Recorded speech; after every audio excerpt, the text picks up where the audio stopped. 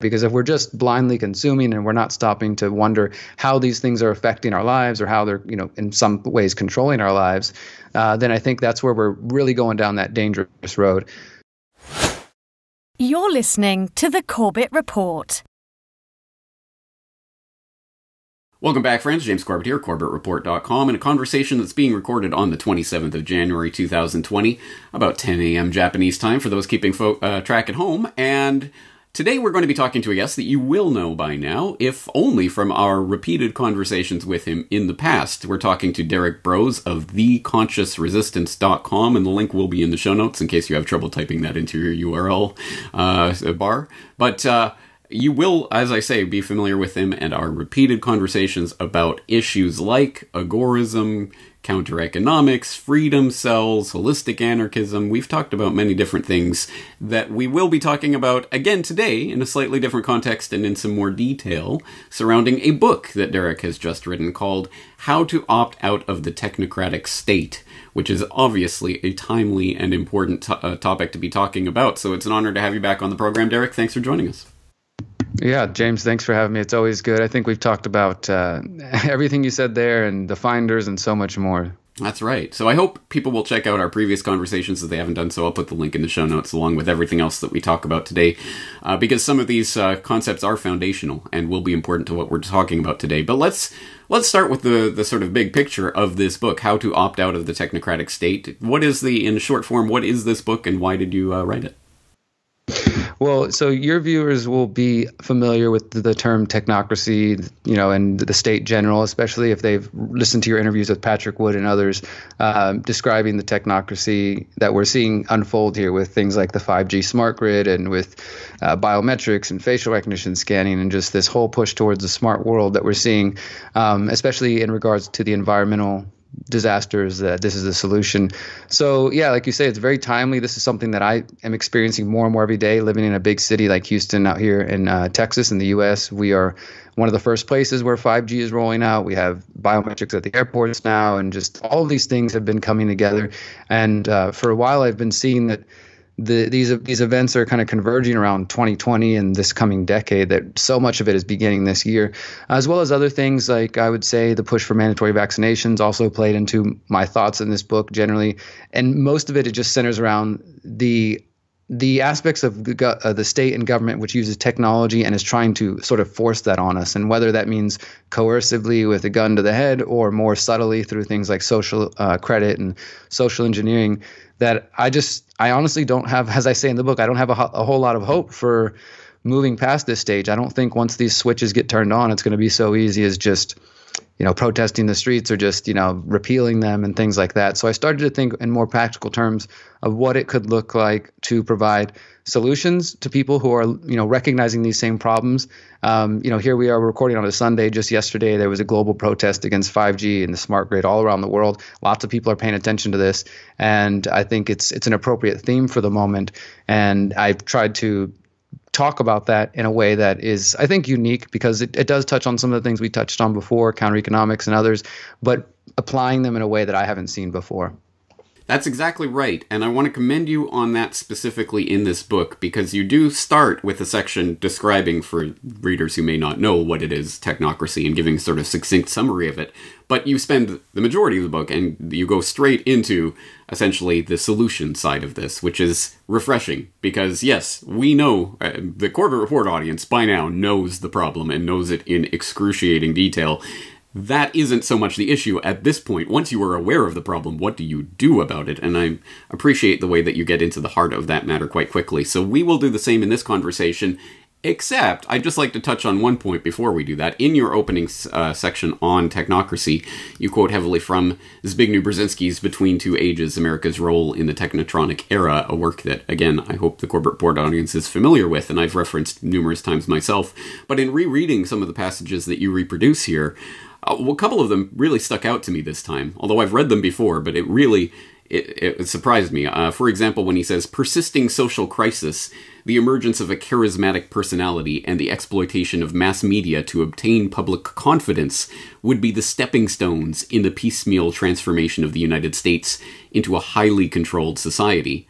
And another quote that stuck out to me, in the technotronic society, the trend seems to be toward aggregating the individual support of millions of unorganized citizens who are easily within the reach of magnetic and attractive personalities, and effectively exploiting the latest communication techniques to manipulate emotion and control reason. And those quotes jumped out at me specifically, because if you told me that Brzezinski wrote that in the year 2020, I would say, my God, he's communicating to us from beyond the grave. But beyond that, I would say that really does apply very much to what is happening right now in a way that it really could be ripped from the pages, the headlines of the daily news today. Talk about that aspect of it and the way technocracy has brought us to this point where control of the masses is really now, for the first time in human history, really and truly in the grasp of the dictators. Yeah, absolutely. And I went through the Between Two Ages to sort of mine for quotes that, not just to find quotes that back up what I'm saying, but also to look at the full context. Because, of course, the globalists, for lack of a better term, they always frame their goals as they're doing it for the benefit of everybody. And he still tries to do that within there and say, we want to tackle climate disasters, and we want to do all these things. But in order to do that, we need to have mass control of society and everything like that. So, yeah, as I said, he calls it technotronic, technocratic.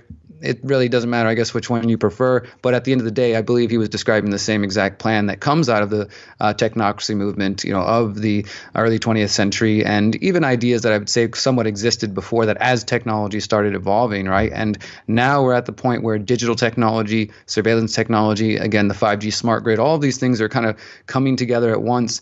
And we're already seeing it play out in China. Of course, it's really a great example when it comes to social credit, when it comes to denying people the ability to live as they please. And that's honestly, to me, the more worrisome aspect of it, because as you said, the dictators of the past only could dream that they would have this sort of technology where they could know what every citizen was doing at all times. And they could even, instead of having to send soldiers to come shoot them down or arrest them or beat them down, they just turn a little switch and drop some points on their score until they comply. And I really do fear for the point, that where we get to that point where even people who maybe follow our content and who know what's going on, but still for one reason or another, and I point to this in the book, say, well, sorry, buddy, but I got to take the kids on vacation next month, or sorry, but I can't hang out with you because otherwise I won't get that loan coming up. Like, there's so many different ways that they are starting to have the ability to socially engineer everything. And I don't watch much TV, but every time I'm near a TV, I hear this commercial promoting the smart grid, the technocracy. It's one of the insurance companies telling you how much your rates are going to be cheaper if you just let them. They don't tell you this, but if you just let them get access to everything in your car and track your your location and your behavior and all this. So we're being sold it in so many different ways.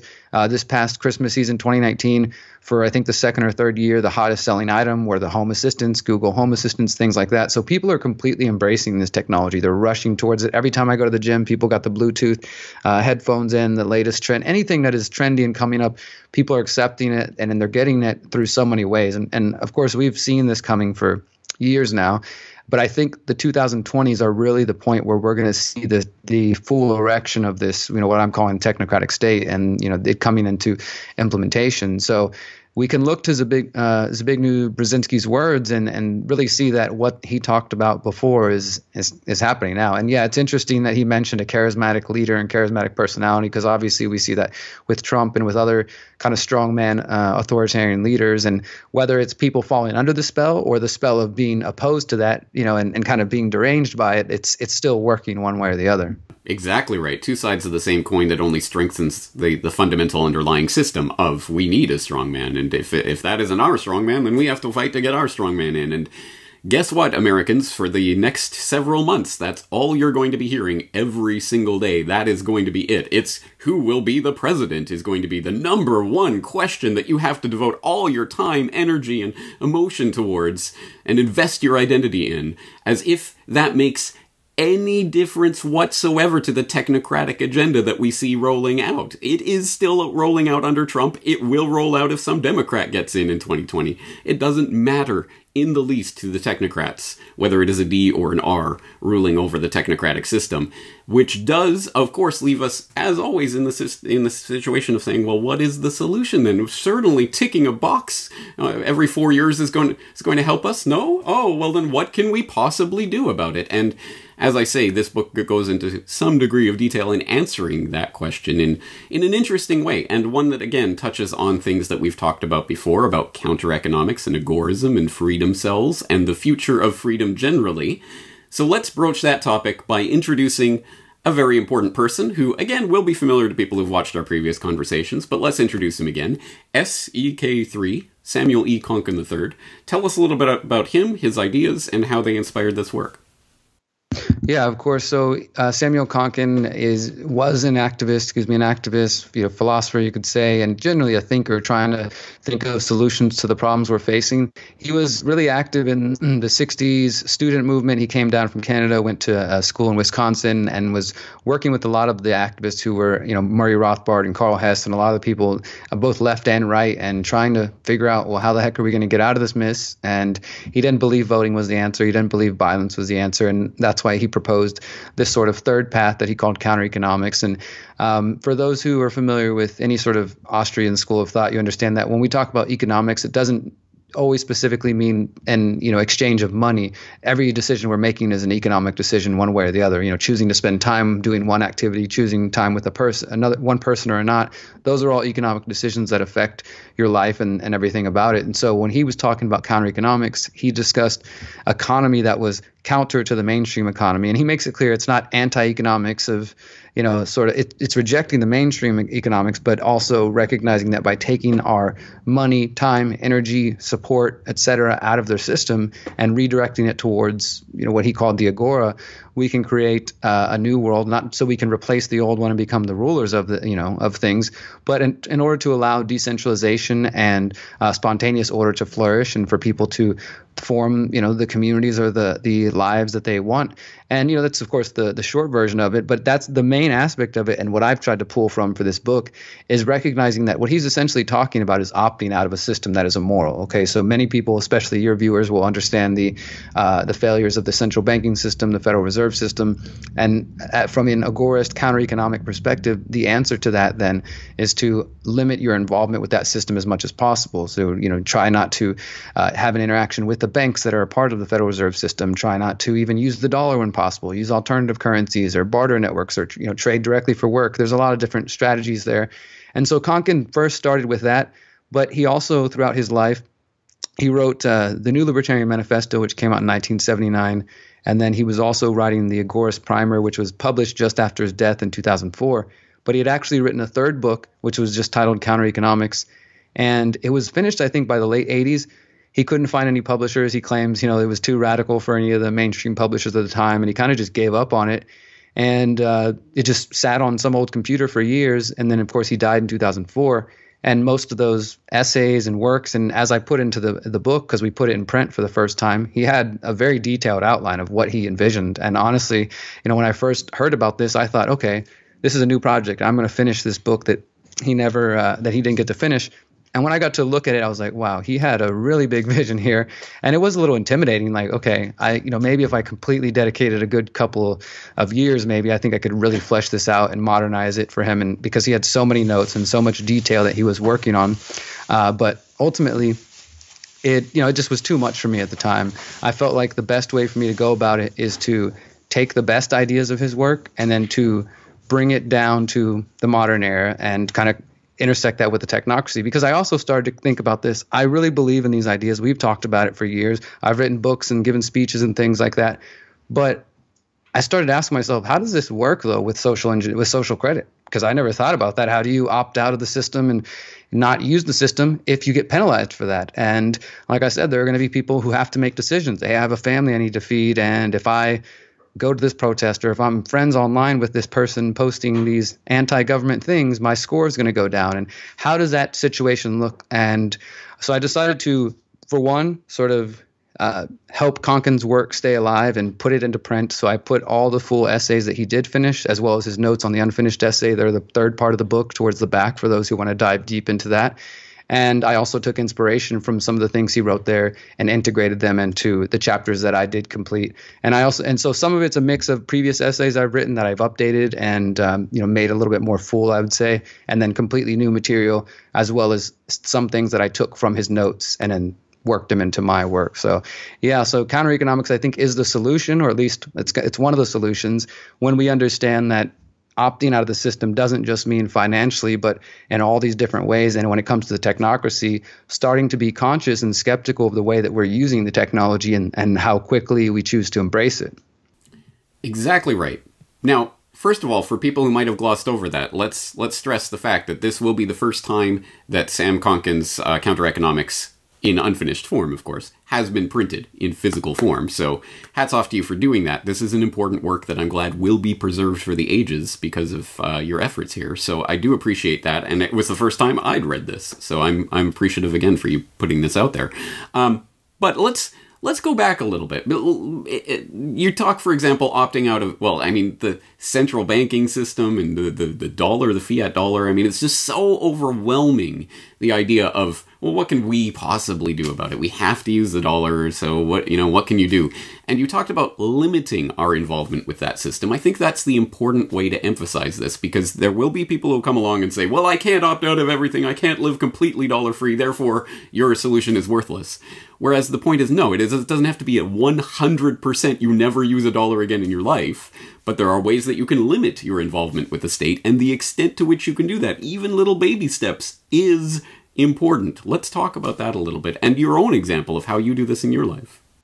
Yeah, absolutely. And I did really strive to try to address all the different concerns because, I understand that the particular lifestyle that I've chosen, which is very much embracing of these ideas, is, and some would say on the fringes of society, isn't going to feel necessarily appealing to the soccer mom or to somebody who has a 401k and a 50-hour-a-week job.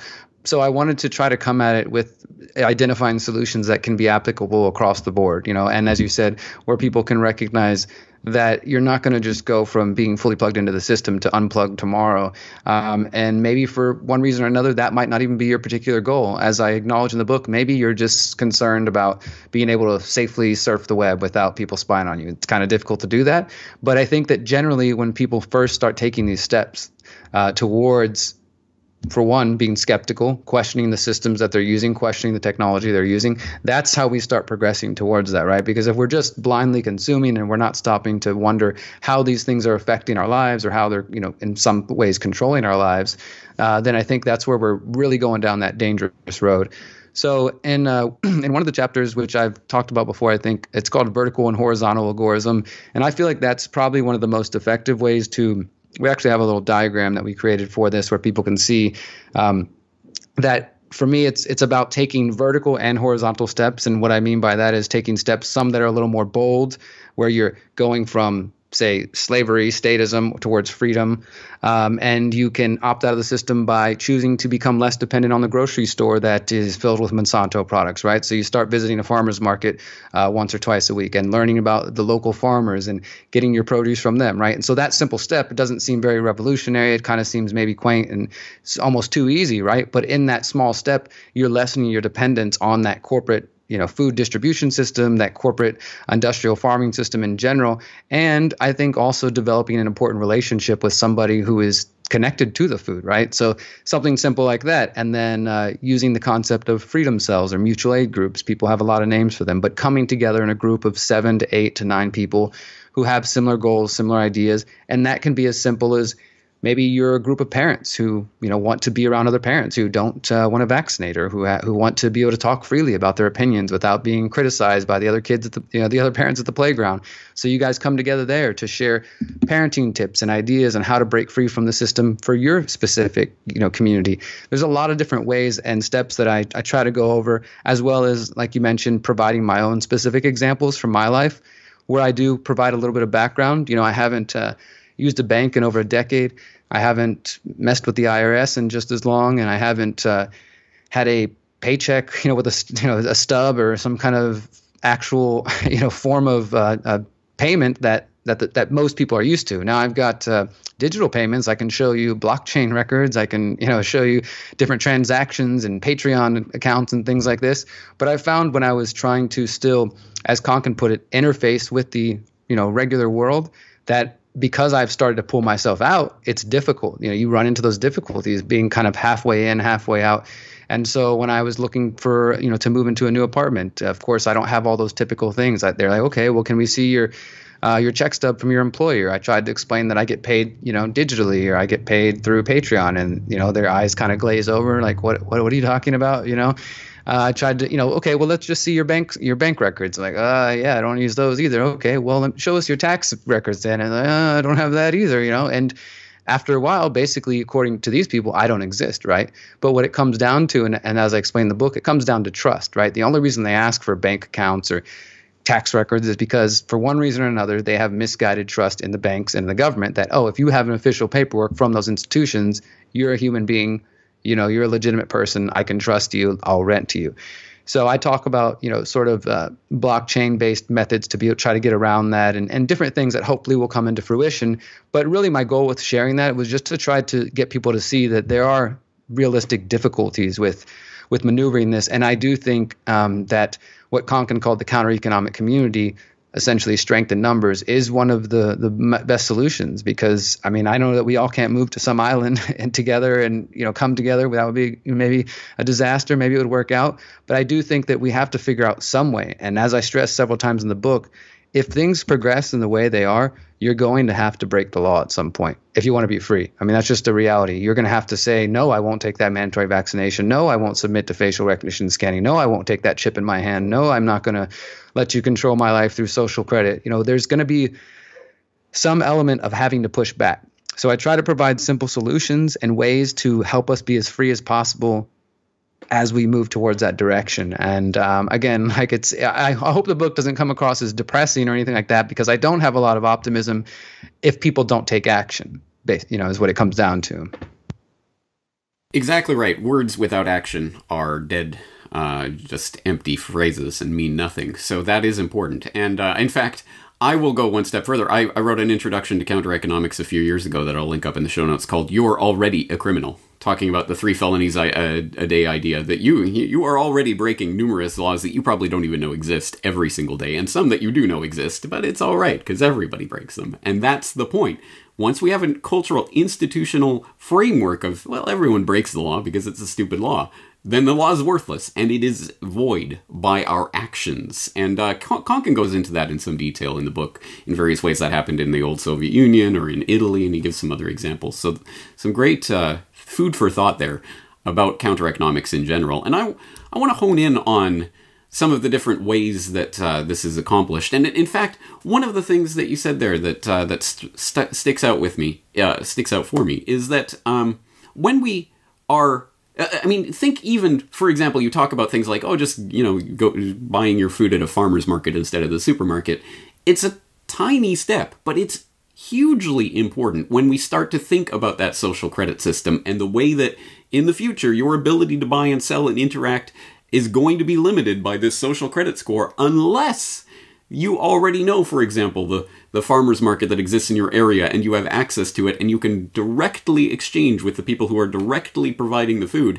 That is severing that link in the chain to the crown that exists, that by which they'll lead the population along. And we are in, I suppose, a period of relative liberty where you can go and source out your farmer's market and buy raw milk and other things. That can be illegal depending on whatever laws they're putting into place, but it's being done right now. And even just knowing that infrastructure and supporting it at this stage seems like a baby step, but it's hugely important as to which direction our society is going to go in. It's all these little things that can have huge effects. And that's one thing I wanted to stress. As you point out in the book, there are many different strategies for this, from the VONU to all sorts of, different ideas for this. And you talk about low-profile counter-economics and high-profile counter-economics. Tell us a little bit about that. Yeah, and this is actually, it was a cool feeling for me to find Konkin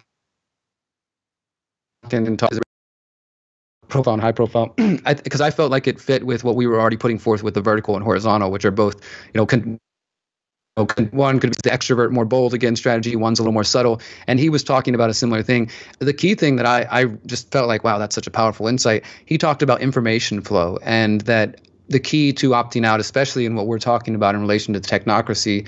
And of course, he was writing this well before the digital world that we're in today, but he could foresee what was coming.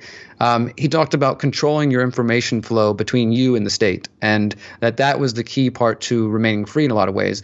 And so he talks about how going out and purchase, in his time when he's writing this in the 80s or so, you buy something somewhere and next thing you're on a telemarketer's list. Well, now in the age of the internet, that's a whole new level that he couldn't even imagine, right? You visit a website and you're clicking around and you purchase something. Now they have all, you clicked onto the cookies and you signed the terms of service, and now they're able to track you even after they leave you leave their website, and then they start selling you ads or sending you emails and things like that. So that is an example of poor information flow, control of information flow, because your information is flowing outwards and they're able to identify who you are and to contact you if they need to. And so he talked about just being able to start lowering your profile and, again, interfacing with the regular world. And again, there's a spectrum here. There are folks who are going to go completely off into the woods and we'll never hear from them and things like that. But there are others who are still living a relatively normal life and want to, and they want to do that, but they just don't want to be tracked and monitored all the time. And so it comes down to recognizing really what your goal is. What does your freedom look like in this technocratic era? I think that's the key thing that I tried to outline too. What does that look like for you? And then what are you willing to do to get that? And then being willing to make, some would term it sacrifices. I think it's just smart choices, and controlling that information flow. And most of us, though, if you're using, as I do with different things, if you're using Chrome, you're using Microsoft built computers or things of this sort, if you're not on Linux, if you're not on, some of the decentralized browsers and more protected internet equipment or any of these things, or cell phones, we have information flowing all kinds of different ways, to private entities, to governmental entities. And it's not just about controlling how much the state knows about you, but the corporations. And I think that's a key point that I really tried to dig into, because for me that it really just puts it in a very, I guess, a literal way to understand that you are constantly creating a digital footprint, right, as we put it now, that information flow. And you can either become more conscious of it, or you can just blindly consume and download this app and approve of this and say yes to this. And, everybody and anybody could have access to your data, to tracking you. And as we move into the technocratic era even further, that information can and will be used against you. It will be used against you to either penalize you or to reward you. And that's what we're already seeing in places like China. We also talk about India, Singapore. I mean, this is already happening in the world. And I think maybe some of us in the U.S., I know your audience is global, but some in the West, let's say generally, I feel like are very sheltered from what's happening right now, what's coming in the coming years or so. Yes, and once again, I will just direct people towards this work, which encompasses so many of the different solutions that are there on the table for the picking right now. And it does come back, as you say, to people understanding their own goals. If you don't understand what your goals are, what you are willing to sacrifice and what you aren't, if you can't really see that, if you can't plan it out, then you're never going to tackle this in a concerted and logical way. It's just going to be sort of willy-nilly, and you'll just eventually get pulled along. So it is important for people to understand where it is they stand, which is why I'll direct people back to our previous conversation on holistic self-assessment, which might be a good place to start so people can actually get a grasp of where it is they stand on these issues. Speaking of the topic of technocracy and its encroaching, the way it's encroaching upon our lives, talk about your recent or your forthcoming documentary on the subject. Yeah, hopefully if everything goes well. So viewers are going to be listening to this last week of January. The book will be publicly released and on sale this Friday, January 31st. And we have some final last couple of days of editing going on for my new documentary, which is called The 5G Trojan Horse. But if everything goes well, they'll both be released on the same day. Of course, I don't know if we've said this already. The book is a free download, like all of my works. If you want to download it and have it for free, you can do so. Of course, you can get a print copy if you like that. And the documentary will be available for free as well. It's about an hour and 25 minutes. And honestly, I would say, other than your 5G Dragnet, I don't think I've seen anybody go as deep as I tried to go with this documentary. And it's doing it in a way that I haven't done before. It's sort of telling a narrative that's centered around 5G. It basically starts with like, hey, I'm a journalist and I live in Houston. And in October 2018, I found out 5G was rolling out in Houston. I didn't know much about this. I decided to research it. I went to city council and I did all this stuff. And here's what I learned, because over the last year and a half, I've confronted the mayor of Houston. I've confronted the head of the FCC. I've confronted Ted Cruz. I've confronted, people involved with the telecom lobby, which is the CTIA, as well as other local officials. And I've interviewed various experts, both on the privacy side of things and the health side of things. And so the documentary is just kind of going to follow through that journey of all the things I found and not come off too, I would say it's definitely aiming for more of a mainstream audience. It's going to go deep, but I wanted it to not start off with 5G is going to fry your brain. In my experience, that's not really how you expand the message. Really, it's not going to reach people who are already skeptical, especially as I explore in the documentary, because we have the Washington Post and the New York Times telling people that those who are concerned about 5G and the smart grid are just falling prey to Russian propaganda. Coincidentally, they don't mention that in April of last year, the New York Times partnered with Verizon for 5G journalism, and Washington Post partnered with AT&T for 5G journalism. So there's a big corporate media, big wireless relationship going on there. And so I'm looking at what are EMFs in general, electromagnetic fields, electromagnetic frequencies. What is 5G? What does that actually mean? Okay, well, let's look at the history of 1G, 2G, 3, 4G, and we also show the corruption that since the very beginning, much like the internet, much like social media, these tools, they come from a military background and they were slowly rolled out over time. But from the very beginning, they were tracking devices, and the corruption has been right there from the beginning. There have been people trying to report on studies since the 80s and the 90s about various health effects. And those were in many different incidents, those scientists were attacked, those researchers were attacked, they were defunded, just like what we've seen. I mean, honestly, it just feels like this is Monsanto and the FDA or something like that. It's very much a revolving door relationship. Ajit Pai, who's in the FCC right now, he was a lawyer for Verizon. The guy I confronted, Brendan, I can't remember his name, former lawyer. They all either work for Wiley Rain, the law firm, which is a telecom lobby law firm, and then they go to the companies, and then they go to the FCC, and they all just do that, and then they go work for the CTIA, and kind of back and forth and back and forth. So we go through that whole web and showing all that, and then also identifying the fact that this global race to 5G, it's a completely industry manufactured thing. There's no demand for this. Nobody is out there like, please give us the 4K downloads and we have to have this. They're promoting it everywhere you can. I mean, just right before our conversation, I saw that Bill Nye the Science Guy has let me explain 5G, and it's basically a 3-minute commercial for T-Mobile about how great T-Mobile's 5G is, and he's out there to sell it to people. So they're pushing this hard. It's being completely industry funded. They're calling it the global race to 5G, and they're we got to do this before China because otherwise, we're going to lose the next Cold War battle and all this stuff. So it's just industry generated propaganda. The CTI is working with cities like Houston, and they're giving out the 5G Wireless Champion Awards to various officials who play ball with them. And then, of course, Trump is doing his part in the U.S. on the federal level to carry it along. He's issued several executive orders that, speed up the 5G process. And honestly, for those in both of our audiences who are more on the libertarian side of things, I don't understand why there's so much silence, because this is a perfect example of statism and corporatism. You have the president of the United States issuing an executive order saying that cities can only charge X amount of dollars. They have to approve it within 60 days. I mean, it's total hey, we're going to make sure our corporate buddies get the best deal out of you. Because Trump even said some of these cities, they want to charge too much and they take too long. So it's just, we know what's best. Let us do the central planning from the top down and make sure our buddies get a good deal. But, so we're trying to do a big picture, go deep into it, and of course, end with solutions. What are some of the things people can do from your personal use of it to in your home, and then to the kind of bigger picture. So I hope that folks will check out both, because I do think they complement each other. The book's a little more hands-on and kind of specific to the technocracy, but 5G is a part of that, So I'm just trying to take everything that I've learned in Houston over the last year and a half, and I definitely have met a lot of people who care about this. I mean, we're just, as I said, one day out from global protests around the world about 5G, and I think more and more people are recognizing the concerns. And I want to say, man, I appreciate that in your piece on 5G that you emphasize that if we focus solely on the health concerns and then they produce a study that, hey, here it is, here's the, $20 million study that proves that everything is safe and there's nothing to worry about, then a lot of people's arguments could be deflated. Now, I don't think that that's true, but I do think they could try to do a strategy like that. And so it is a good idea. And I try to do this in the documentary to show people the privacy concerns are also a gigantic aspect of it. There's also environmental concerns. I definitely found some studies talking about, the effect on everything from the worms to the soil to the trees.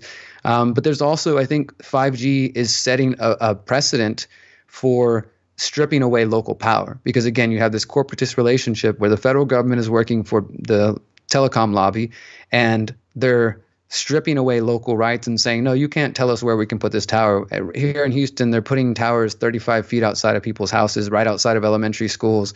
It's happening everywhere. And they've now established that the government can come in with a corporation, take up public land, and tell people how much they can charge, where it can go, what they can do. And, the media is not reporting that there are huge lawsuits taking place around the U.S. and elsewhere. But if those lawsuits don't go through, then it's essentially going to set a precedent that the government can partner with any corporation and override any sort of local authority. And I mean, it's kind of already been established. And unfortunately, it was sort of set into motion with the original 1996 Telecommunications Act from the very beginning. I mean, it was already kind of going in that direction. And now they've just made it much more bold. And thankfully, some people are pushing back. But for the most part, people are either unaware this is going on because the media is, being silent about it or telling them it's Russian propaganda. But we're going to try to use this documentary to see if we can get more people asking questions. Extremely important, and I'm very interested to see it because you talk, as you say, about the bigger picture of how this interlinks and some of the background, which I think is missing from a lot of the commentary I've seen on this. So I'm looking forward to that. What's the title of the documentary for people who are looking for it? It's going to be the 5G Trojan Horse. Excellent. Well, I'll definitely keep my eye out for it, and we'll definitely let my viewers know when it is available. So thank you for that. Well, I think we're going to leave the conversation here. How to opt out of the technocratic state and the 5G Trojan horse. A couple of things that people should be checking out in the near future, along with the consciousresistance.com generally, for all the work that you're doing there. Derrick, anything else you want to bring to the listeners' attention before we go? I just want to say, the whole summary of my book and my work is that the power really is in our hands at this point. We get to decide where this goes from here. The fact of the matter is that people are going to embrace the technocracy, and they already are, probably people close to you. But we can either sit on the sidelines and complain about it and sort of be rushed towards it, whether we like it or not, or we can consciously start opting out. And I think that's the only solution that I can see that can change the path that we're on. So I hope people will really start thinking about this in a more concrete way and less sort of abstract, distant, and really see that it's right here in front of us. But I appreciate it, James. All right. Excellent. And just before I go, I should note, I just did a podcast on going viral where I introduced the idea of going embryonic as a better metaphor for what we want to happen. And I should note that actually part of the genesis of that idea, I think, was from Samuel E. Konkin's idea of the stages of development of the agorist society, phase 1, phase 2, phase 3, and how it would develop and emerge from being a little pocket in sort of growing, and then as more and more people join, it becomes something. That was kind of that idea. So if people are interested in sort of that idea of going embryonic and what it means, I would suggest they go to How to Opt Out of the Technocratic State and read through that or go back to the New Libertarian Manifesto or the Agorist Primer for more details about that, because I think that's an important idea for people to get their head around when it comes to these types of things. Again, how can something start so small and just these tiny baby steps? How can they have a big effect? Just a little bit at a time. And I think that's an important thing for people to wrap their head around. Sorry, I threw that in at the end, but I just want people, again, to realize the importance of Konkin's work. And thank you again for putting that out there for people. Absolutely. Here's hoping it goes embryonic. Yeah, exactly. All right. Thank you very much.